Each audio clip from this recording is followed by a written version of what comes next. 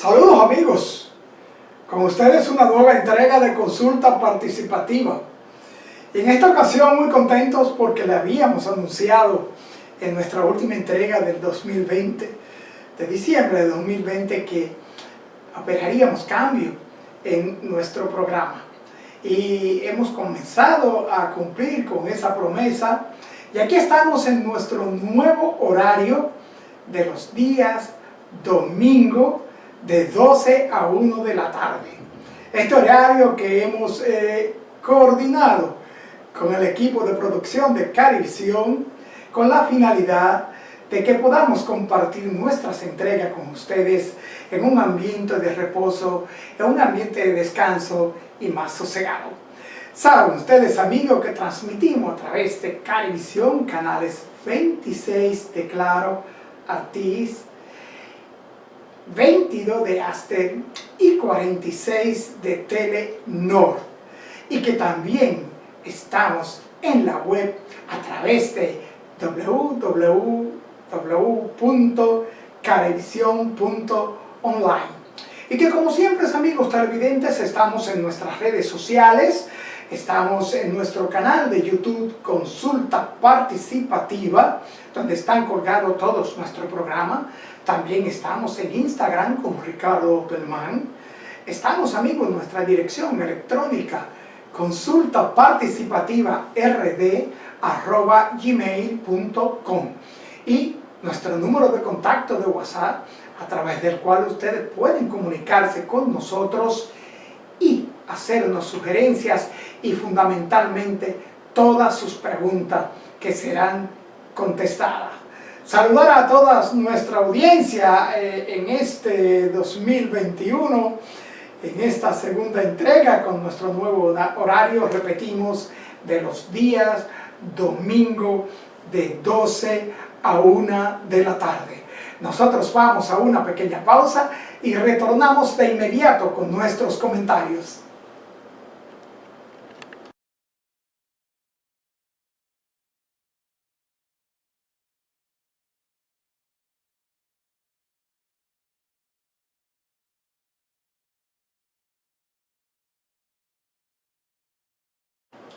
Bien, amigos, nuestro comentario de hoy, domingo, en esta primera entrega de nuestro nuevo horario, pues tenemos muchas cosas. Tenemos que el jueves pasado, pues hubo en los Estados Unidos algo que, aunque sí había precedentes de asalto al Capitolio de los Estados Unidos, en esta ocasión sucedió un hecho que ha consternado a la opinión pública mundial en relación con los actos que sucedieron ese día en ese asalto al Capitolio, ya que los Estados Unidos de Norteamérica, esa gran nación, siempre ha dado ejemplo de democracia y de aceptación de los resultados de los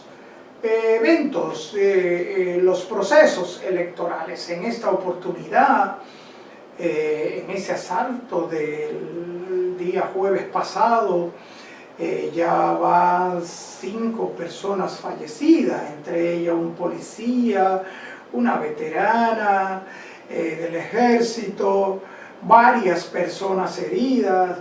Se suspendió la cuenta de Twitter del presidente Donald Trump. Hubieron aprestos del Congreso de evocar la enmienda número 25 a fin y con la intención de que el presidente Donald Trump pues abandone el mandato presidencial antes del tiempo que manda la Constitución. También, amigo, se habló mucho de que esto eran actos de terroristas locales, palabras expresadas por el presidente entrante Joe Biden, opiniones a nivel de los gobiernos y los estados de todo el mundo sobre este hecho. El presidente Donald Trump finalmente aceptó el triunfo del presidente electo Joe Biden y en una alocución, en un video en Twitter y a La Nación, dijo que lo que él estaba tratando de hacer con su actitud de desconocer los resultados de las elecciones, pues era proteger la democracia, y prometió una transición de poder suave, ordenada y sin problema en los Estados Unidos. Insistió en que su única intención era asegurar la integridad del voto. Hubieron pronunciamientos de expresidentes de los Estados Unidos. Se ha dicho que la presidenta de la Cámara de Representantes, Nancy Pelosi, habría conversado de manera previa sobre la destitución del presidente Trump, y los presidentes Bill Clinton emitieron opiniones al respecto. Creo que esto tiene que llamar la atención, como lo ha hecho a toda la geografía mundial, ya que los pueblos no esperaban ni esperan de los Estados Unidos situaciones como esta. Repito, el presidente Joe Biden dijo que esto no fue un desorden, no fue una protesta, que estos manifestantes eran una turba de alborotadores, insurgentes y terroristas domésticos, y que los mismos habían sido incitados por el presidente Donald Trump. Pero qué bien que finalmente el presidente Trump pues aceptó su derrota y prometió una transición ordenada y pacífica, una transición suave, como él mismo le llamó. Y el día viernes pasado el Poder Ejecutivo, amigos televidentes, suavizó, por así llamarlo, el estado de las restricciones y el toque de queda en la República Dominicana.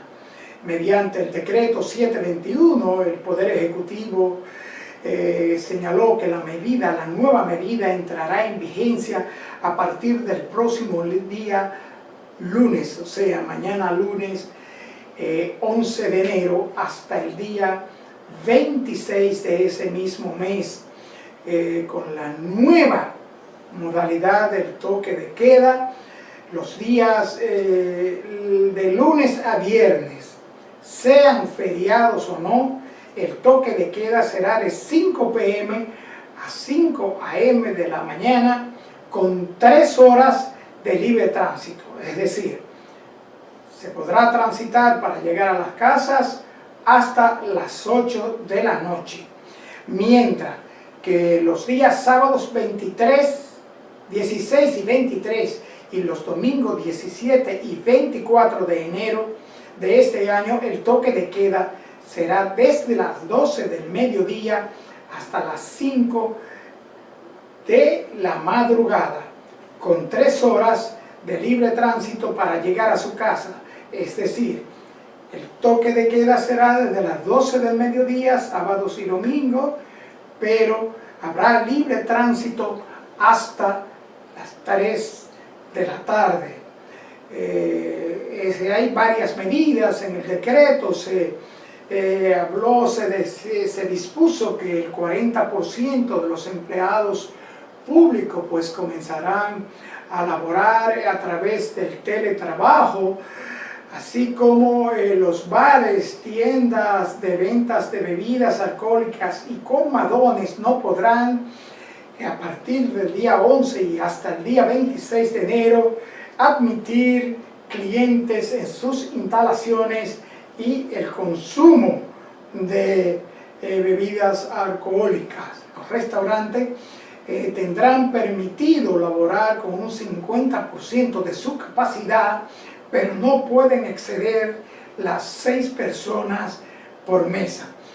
Los espacios públicos fueron abiertos, pero los mismos solamente podrán ser utilizados para asuntos y prácticas deportivas. No podrán haber actividades en los espacios públicos que conlleven aglomeraciones y grupos de personas.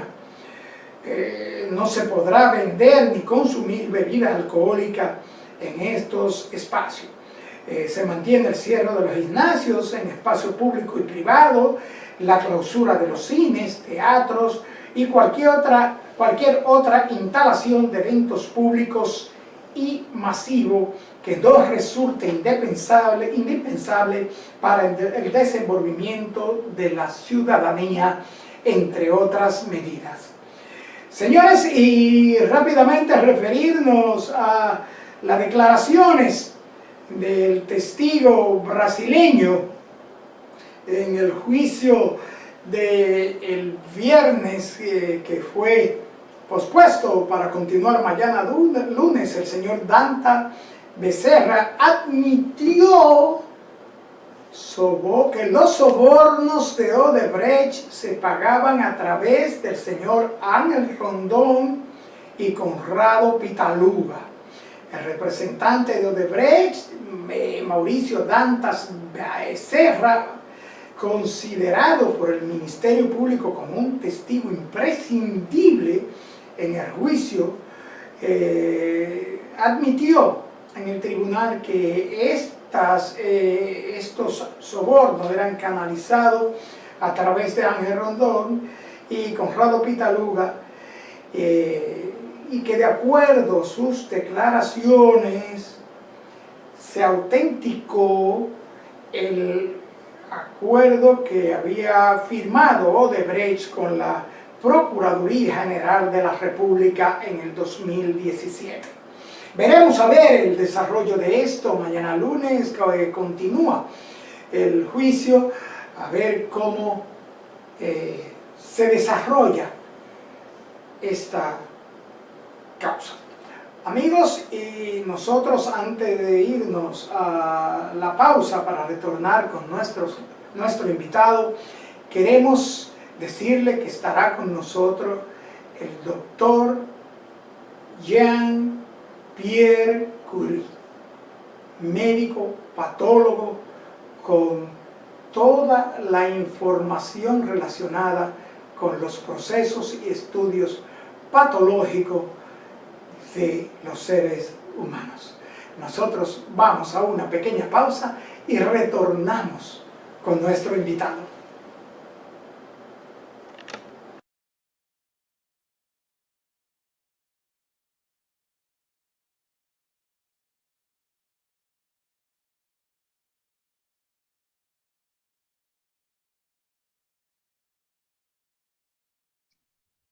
Bien, amigos televidentes, como les decía, esta tarde nos acompaña en consulta participativa el doctor Jean-Pierre Curie Rodríguez, médico patólogo, a quien damos la bienvenida a consulta participativa.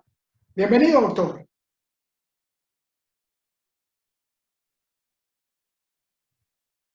Es un placer para mí estar presente con ustedes en esta tarde y contento de poder participar en su visto programa y quizás dar un poquito de luz a algunas cosas que son de interés en esa área de la medicina, que es como es la anatomía patológica. Sí, doctor, sí, a propósito, hemos comentado de su participación en consulta participativa y ciertamente hay muchas preguntas, muchas interrogantes, e inclusive alguien me señaló, qué bueno que estás llevando a un patólogo y de esa categoría al programa. Y vamos a entrar en materia de una vez, doctor. Sí. La patología, descríbamela. Bueno, es la rama de la medicina que estudia desde el punto de vista morfológico las enfermedades que se producen en los seres humanos, ya sea estas inflamatorias o tumorales. Y dentro de las tumorales, los tumores benignos o los tumores malignos. Los tumores malignos son lo que llamamos el cáncer, básicamente. Se hacen estudios macroscópicos de los tejidos y órganos y microscópicos a través de un proceso que nos lleva a ver las muestras en el microscopio. Bien. Doctor, estas preguntas, tengo tantas preguntas y muchas repetidas. Patología, perfecto. Usted no lo ha descrito. Pero laboratorios, hay muchos laboratorios. Las personas, los laboratorios que más conocen son los laboratorios de análisis rutinarios, pero laboratorios patológicos. Tenemos entendido que usted es el gerente del laboratorio de patología de Sedima. ¿Qué es un laboratorio patológico, de patología? Sí. Es una unidad que es parte de una institución médica, ya sea un hospital o una clínica, donde se van a recibir todos los tejidos y secreciones orgánicas que son extraídas de pacientes con fines de diagnóstico y de investigación y que son procesados en ese laboratorio a través de una serie de protocolos y de equipos, desde la toma de la muestra que es recibida, en la descripción macroscópica. Por ejemplo, si usted recibe un cáncer de mama y se hace una mastectomía, hay una serie de protocolos en los cuales uno mide la pieza, la pesa, si tiene proyecciones que contengan ganglios, y en base a ese protocolo se van a tomar las muestras correspondientes que van a ser fijadas en formol y después van a pasar a través de unos equipos automatizados a una serie de alcoholes y finalmente a la parafina, donde podemos tener unos bloques de tejido que van a ser cortados en un micrótomo y luego van a ser teñidos para dar el estudio microscópico que se hace con un microscopio. Con esa parte final de la muestra es que usted puede hacer los diagnósticos, como yo dije al principio, tanto de enfermedades inflamatorias como tumorales, ya sean benignas o malignas. Después rendimos un informe patológico y en casos de malignidad, pues tenemos unos protocolos de dar una serie de parámetros con los cuales el oncólogo clínico va después a trabajar. O sea, el tamaño del tumor, los márgenes quirúrgicos si están libres o no, la cantidad de ganglios, la presencia o no de metástasis, por ejemplo, en esta pieza quirúrgica. Y todo eso tiene una serie vamos a llamarle, de símbolos y números y grados que son indispensables para que el oncólogo clínico entonces después pueda trabajar con el paciente. Bien, doctor, para allá vamos, porque tenemos muchas preguntas en relación con eso que usted señala, del informe, de resultados, de expectativas, pero hay una pregunta que quiero hacer primero. Antes de entrar en los diferentes tipos de patología, las diferentes ramas en que se subdivide la patología. Doctor, ¿el médico patólogo es un médico de consulta? Es un médico principalmente de apoyo a las áreas quirúrgicas y de procedimientos, así como a las áreas clínicas. Pero nosotros tenemos una formación de médicos graduados que hemos hecho todo tipo de los estudios completos que hace cualquier otro médico. Y muchas veces se acercan a nosotros con algunas interrogantes y nosotros podemos dar una orientación a esos pacientes para que puedan, por ejemplo, dirigirse hacia un oncólogo quirúrgico o un oncólogo clínico, por ejemplo, o a un médico que pueda atender a ese paciente y después, posteriormente, hacer los procedimientos para que nosotros recibamos las muestras. O sea que sí, contrario a la duda que tenía un amigo televidente, el médico patólogo sí recibe pacientes en su consulta. Puede recibirlo perfectamente, claro que sí. Ok, perfecto. Doctor, la patología. Tenemos entendido que hay patología general, patología sistémica. ¿Cuántas y cuáles son las ramas, así a grosso modo, en que se divide la patología? La patología, hay las principales dos grandes ramas, son la patología quirúrgica y la patología forense. La patología quirúrgica trabaja exclusivamente con las lesiones corporales por enfermedades, por alteraciones de las células, y ya la patología forense, que es otra rama que forma parte también de la patología, ya es la que se encarga de aquellos procedimientos legales de medicina en caso de accidentes, en caso de crímenes y una serie de cosas. Dentro de la patología quirúrgica, pues hay la patología general, que es la que estudia, ¿verdad?, las enfermedades sistémicas, y a través de los años, los patólogos quirúrgicos se han ido subespecializando en diferentes áreas. Por ejemplo, hay patólogos que ven y hacen procedimientos por agujas de tiroides, por ejemplo. También hay patólogos que se ocupan exclusivamente del área digestiva, otro de las áreas de médula ósea y ganglio linfático. Pero en sentido general, esas son las grandes áreas con las que está dividida. Hay también un área de investigación, porque para avanzar en una serie de procedimientos se necesitan investigaciones, y la patología ha avanzado enormemente en los últimos 30 años con una serie de nuevas técnicas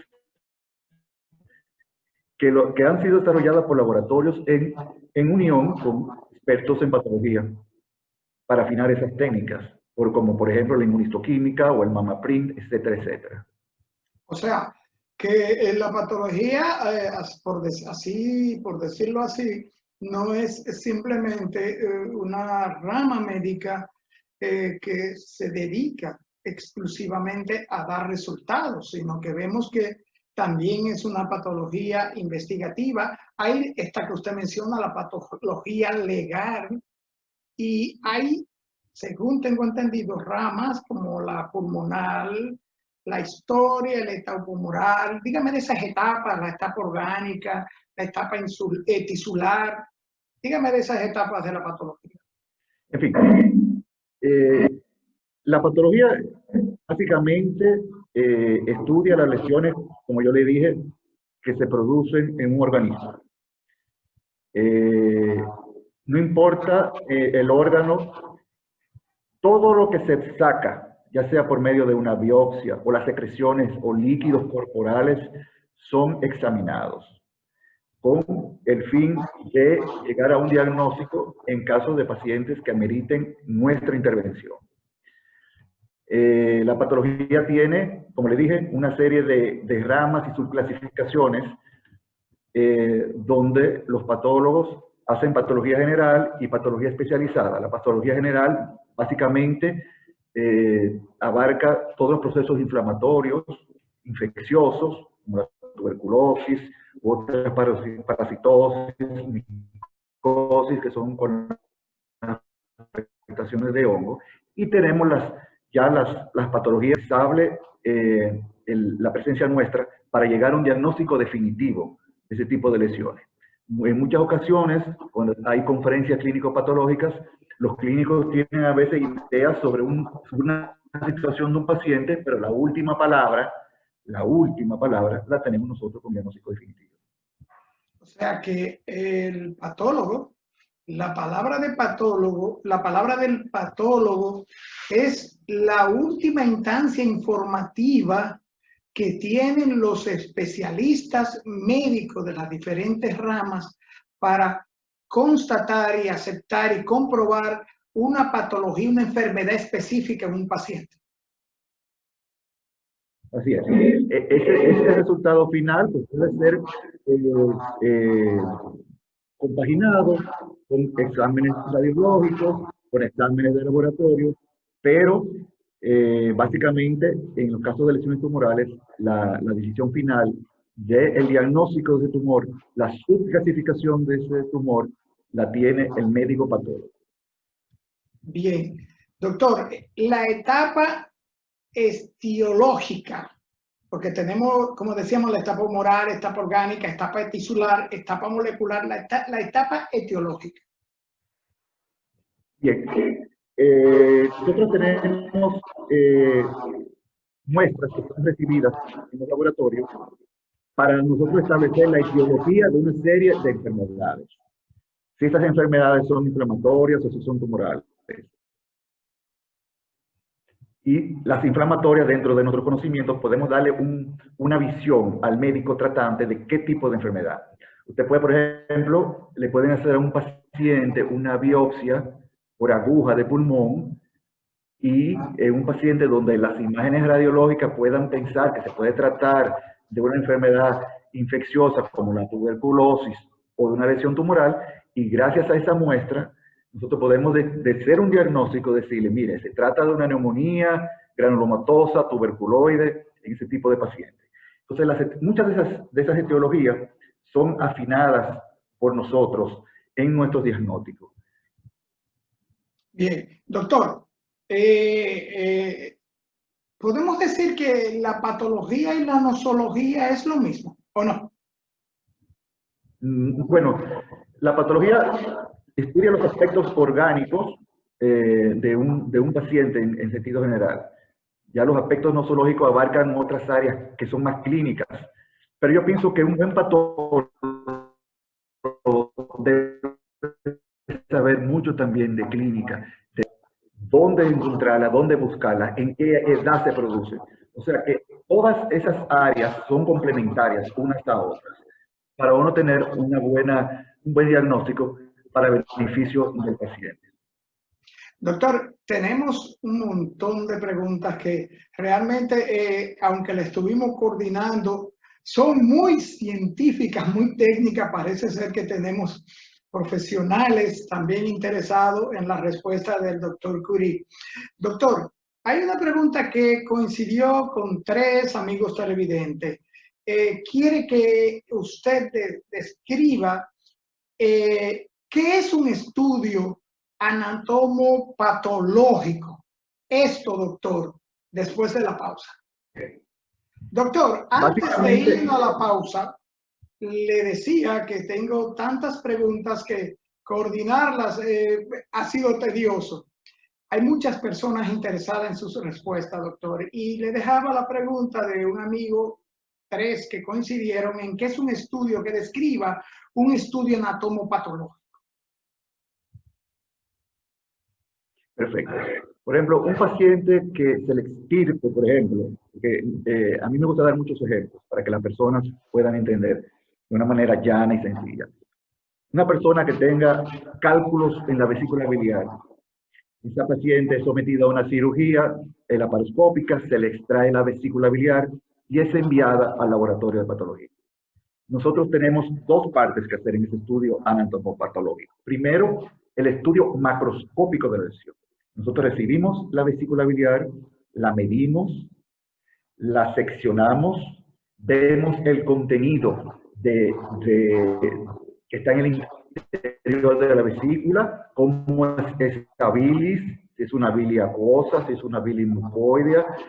Vemos la presencia o no de estructuras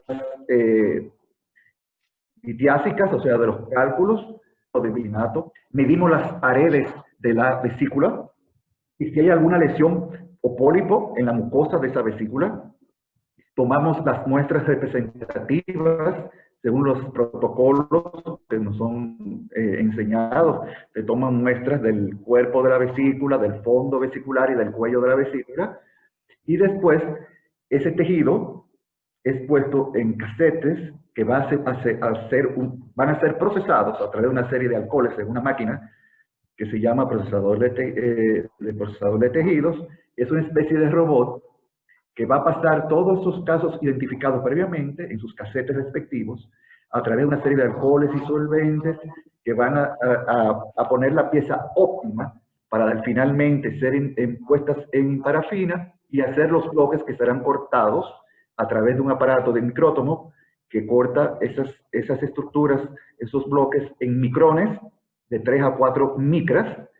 Después eso será puesto en laminillas que serán coloreadas, montadas, y después vendrá la segunda parte de ese estudio anatomopatológico, que es ya la parte microscópica.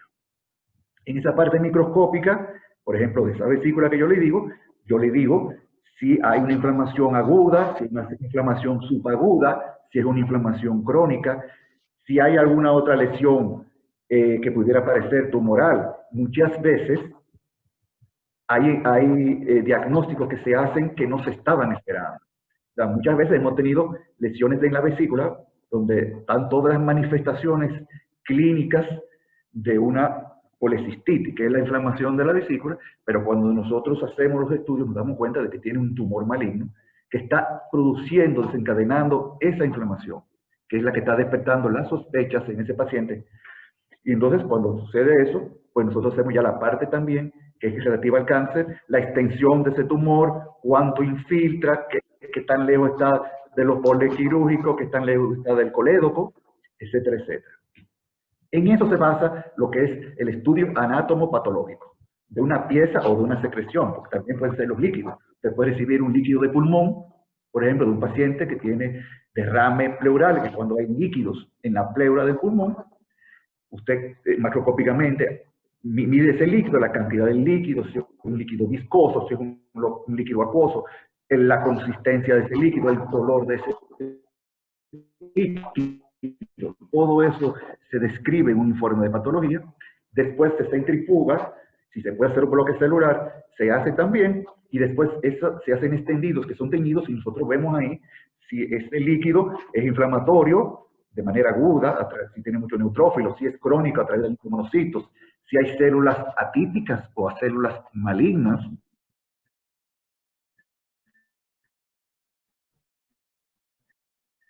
Y en base a eso, pues vamos anteriormente, pues siga con el paciente.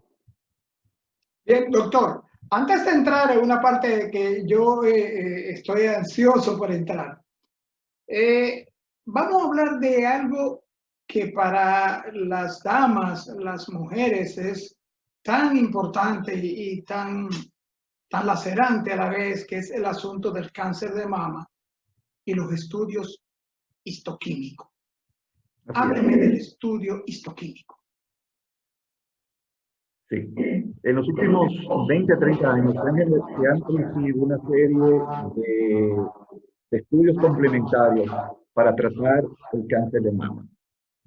Uno de ellos es la inmunohistoquímica, que no tan solo trata el cáncer de mama, porque también la inmunohistoquímica es una reacción que se hace de antígenos y anticuerpos con las células tumorales, y según marquen, uno tiene una visión más acabada de qué tipo de tumor.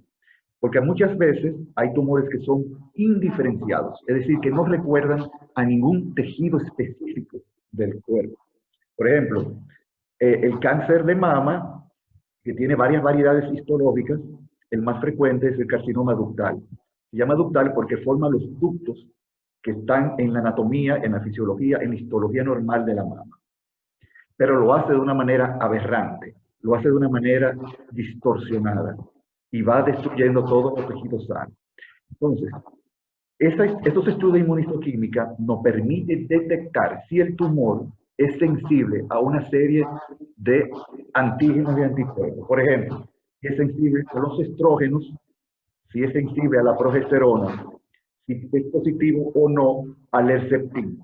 Porque dentro del tratamiento que se le va a dar a esta paciente posteriormente, como es la quimioterapia, también se da un tratamiento hormonal, dependiendo de si ese tumor responde o no a estrógenos, progesterona y Herceptin, se da o no una serie de medicamentos hormonales que van a ayudar al tratamiento de esa paciente. Por eso que es vital que toda paciente que sea diagnosticada con cáncer de mama, se le hagan esos estudios de inmunohistoquímica, porque parte del tratamiento dependerá de esa evaluación por inmunohistoquímica. ¿Cuán certero? Porque en el proceso del estudio histoquímico hay, según tengo entendido, una serie de químicos y reactivos. ¿Cuán certero en un informe de estudio patológico histoquímico se puede estar o no con relación a la selección por el diagnóstico del estudio del tratamiento adecuado para tal paciente? Sí. En los buenos laboratorios de de referencia donde hacen los estudios de inmunohistoquímica y otras pruebas también. En el caso de nosotros tenemos un acuerdo de trabajo con un laboratorio en New Jersey. La fiabilidad de esos estudios es aproximadamente del 99.9%. Porque cuando ellos hacen esos estudios, ellos hacen controles para que efectivamente, si dio negativo, la otra parte ya dio negativo, sea corroborado. O sea, la fiabilidad es excelente. Yo diría, no se puede decir 100%, pero sí de un 99.9%, que es muchísimo. Y son laboratorios que tienen ya un posicionamiento en los Estados Unidos y que tienen controles muy estrictos y protocolos de diagnóstico y que son aprobados, muchos de ellos por la FDA. Esto es lo que le dice al oncólogo si va a proceder con quimioterapia, si va a proceder con radioterapia, si va a proceder, cuántos procedimientos hay para el tratamiento del cáncer y se pueden aplicar como resultado de los estudios histoquímicos. Exactamente, como usted bien ha dicho, está la parte de la quimioterapia, está también las radiaciones que se dan en algunos casos y también el tratamiento hormonal que va a favorecer mucho a la paciente cuando el tumor sea sensible a esas hormonas. Eso básicamente es con lo que a través de ese estudio de inmunohistoquímica podemos establecer para beneficio del tratamiento posterior a esa paciente. Por supuesto que mientras más pequeños son los tumores y más temprano se diagnostican, mucho mejores esas son las expectativas de vida para la paciente. O sea que dentro de estos estudios histoquímicos que están las pruebas HR2, o sea, hay diferentes pruebas. Esta prueba HR2 que nos llamó mucho la atención, ¿qué es lo que determina esta prueba? ¿Qué se detecta, qué se diagnostica con esta prueba? Si hay una mutación a través de este anticuerpo, sabemos si es positivo o negativo, si se puede dar un medicamento que se usa en quimioterapia, que es el Herceptin, que es muy importante para el tratamiento después que la paciente ya ha sido operada. En ocasiones, en los estadios donde el tumor es muy grande, se prefiere a veces dar quimioterapia primero y después cirugía. En los tumores pequeños, pues generalmente se hace cirugía y después posteriormente se dan los tratamientos complementarios que lo da el oncólogo clínico. Y uno de ellos es gracias al HER2, que si está positivo o no está positivo en esas células tumorales, usted puede dar ese medicamento que se llama el Herceptin, que va a coayudar, además de la quimio y de las hormonas, a que la paciente pueda rebasar ese momento, esa enfermedad. Una amiga, paciente de cáncer de mama y de esterectomía, nos preguntó al respecto de que en un análisis que le fue practicado de histoquímica, el resultado decía que el estado hormonal era desconocido. ¿A qué se debe? No tengo conocimientos de eso, o sea, porque debe de marcar positivo o negativo. Y si marca positivo... Nunca desconocido. No, debe de marcar positivo o negativo. Si es positivo, ellos gradúan la intensidad de esa positividad. Ellos le dan, inclusive, algunos lo dan en cruces, otros lo dan en cifras. 95% positivo al estrógeno, 40% positivo a la progesterona, por ejemplo. O da 0, o da negativo. Si da negativo, es negativo. Y si da positivo, se grada, se mide la positividad y se pone en ese informe. Pero yo nunca había visto, nunca había escuchado de ese término. O sea, ella insistió en decir que decía estado de conocimiento, estado hormonal. En ese caso pudiera haber quizás un problema con la muestra, que no fue bien procesada, bien fijada, y esos anticuerpos no actúan sobre ese tejido tumoral. Habría que tomar otra muestra de esa mastectomía o de esa cosa y enviar a hacer de nuevo el estudio, porque no puede haber algo indefinido. Si no es que hay un problema técnico de procesamiento de la muestra, no es que no haya cáncer, sino que a lo mejor la muestra no fue bien procesada con los alcoholes y una serie de cosas y está interfiriendo. Esa sería la única explicación científica que yo le puedo dar sobre eso. Ok. Doctor, los métodos de diagnóstico del cáncer. Amigo televidente dice que si está incluido el Papá Nicolau en esos diagnósticos. Por supuesto que sí, porque gracias al Papá Nicolau se puede detectar y descubrir a tiempo el cáncer del cuello del útero. A los países desarrollados prácticamente el cáncer del cuello uterino ha desaparecido, porque la mujer tiene acceso a hacerse esa prueba de manera rutinaria una vez al año, y esa prueba, esa toma de muestra que se hace en el canal entre el endocervio y el exocervio del cuello uterino, nos permite a nosotros determinar si esa paciente tiene una lesión premaligna o maligna del cuello del útero. En los países subdesarrollados hace muchos años, porque ya la situación ha mejorado mucho, en los países subdesarrollados había un porciento altísimo de mujeres que fallecían por el cáncer del cuello uterino, cuando con una simple muestra de Papá Nicolau nosotros podemos hacer un diagnóstico acabado que va a salvar a esa paciente. Por eso es que es tan importante que toda paciente sexualmente activa deba realizarse por lo menos una vez al año un Papá Nicolau, que es lo mismo que el prótesis cérvico-vaginal, es la misma cosa. Doctor, antes de que se nos acabe el tiempo, tenemos varias preguntas y quiero decirle, patología, médicos, patólogos y virus, coronavirus. Bueno, el coronavirus es algo nuevo, pero ya gracias a algunos médicos patólogos en Italia, como usted sabe, cuando llegó la enfermedad a Europa, Italia fue el primer país que recibió y que tuvo en la primera ola un impacto devastador con la cantidad de enfermos y de pacientes fallecidos. Al principio se le decía a los médicos que no tocaran a esos pacientes, que había que cremarlos, etcétera, etcétera. Pero muchos científicos italianos empezaron a hacer autopsias en pacientes que habían fallecido y se encontraron de que el virus había producido una serie de alteraciones a nivel pulmonar que son típicos de ese tipo de virus. Y gracias a eso, pues se puede perfeccionar más aún el diagnóstico en pacientes donde no haya una certeza de que haya fallecido, por ejemplo, de esa enfermedad. O sea, que ahí entra la patología, casi la medicina legal, se puede decir, porque entonces ahí entra la biopsia, la autopsia. No.